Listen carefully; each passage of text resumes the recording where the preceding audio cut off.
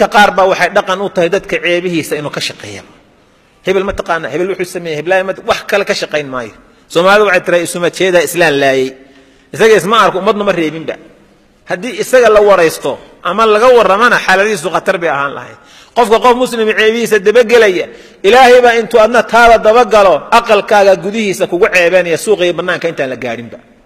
maxaa marka adiga dadkan muslimiinta ilaahay abuurtay horta dad iyo muslimiinta mid inaynu fahanno waa shay muhiim ah dadkan muslimka alla abuurtay ee arladan dusheeda jooga war waxaad isweydiisaa adigu maadan abuuran ilaahay baa abuurto ifka keenay mana arsaaqdid adigu ilaahay baa rizqiisa ay cunaan korkaaga kuma socdaan dusha kaama saarna dhulka ilaahay bay maxaan ku iraahdaa dul saarayeen oo ku nool yihiin oo ka shaqaysan rizqooda kala soo baxaan maxaa adiga dadka muslimiinta kugu saliday marka ma iska dhaaftid Soomaalidu wuxuu ku leeyahay aniga hebel qofka la yiraahdo jinkayga nacib ku leeyahay war jinkan baad dadku ugu diraya waa maxay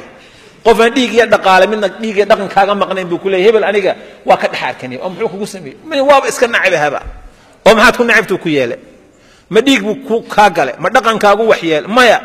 niyo soo qofa iska nacday ma jiro ha waa iska nacib ku leeyahay ajaib waa isma jeeda islaan laay maxaad ku nici isweydiiyo maada abuurtay maada arsaaq ma korkaagu saaran yahay ma rizqaagu cuna dhulka ilaahay buu ku socdaa ilaahay ummadiisa u nabadgeli afkaaga iyo adinkaaga ummadda muslimka ka nabad gasho hal qaacidana waan ku sheegaya waliga hadartana badbaadi qaacidada qaado qof muslim ah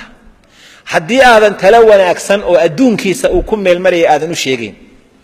tamaraad ku dhaanto oo dhaqaale ahna aadan siinaynin nabad afkaaga iyo adinkaaga ka nabad galo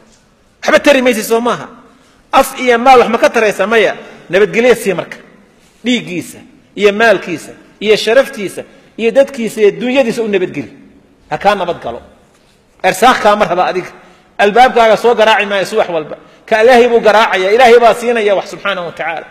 dadka muslimku haday saa fahmi lahaayeen mudwa kala nabadgeli lahayd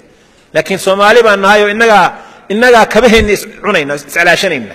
waxaan hore u marlayna waxaas weey